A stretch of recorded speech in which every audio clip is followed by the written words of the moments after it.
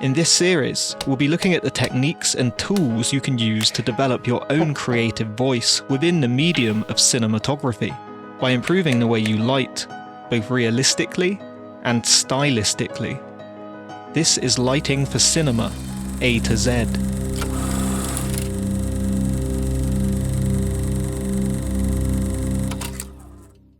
An accent light can be used to highlight both objects or areas within an image or scene. It can be decorative, functional, or a subtle way to add interest to a location. It can even be used to draw attention to a specific item in the shot.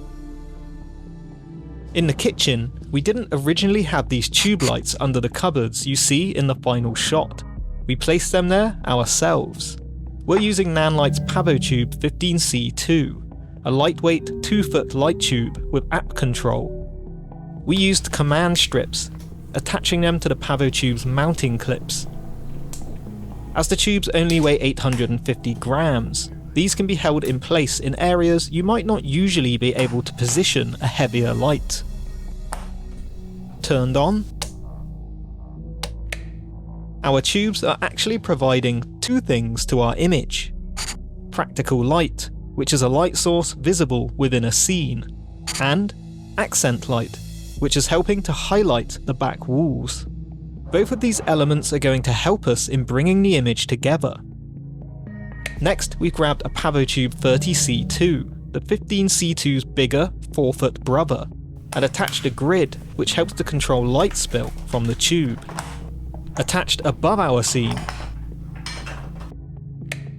we now have light on our subject, the gridded tube helping to create a pool of light around him.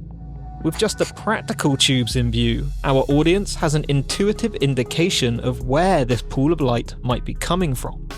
Subconsciously, we may assume there's another tube above, or link the pool of light to the already existing tubes in the image.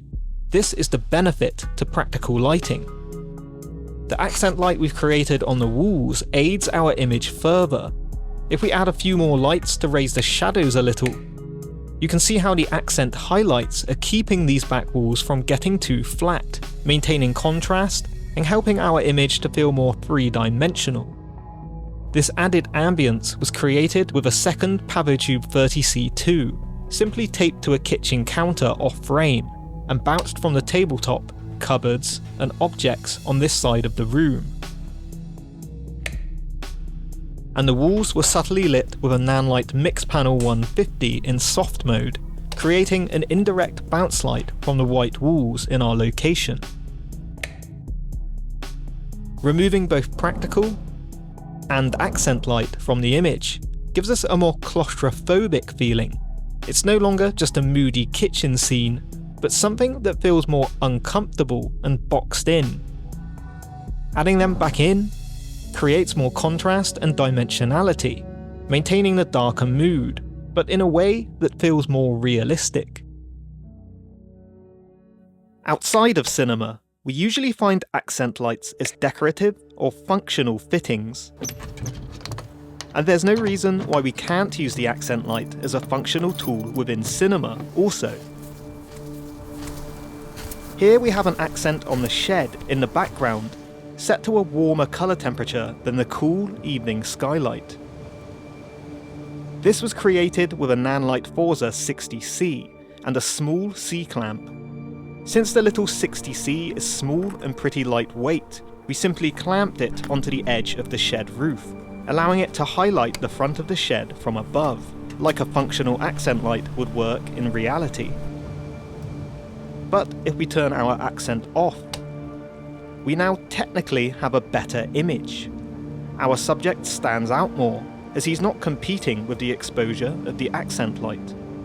Dimensionality is important in an image, but in cinema, we use lighting to tell a story, and this can override the need for a technically perfect image. Turning the accent back on, we may flatten the image slightly, and draw attention back to the shed. But viewing this small scene as a whole, maybe that's the intended purpose.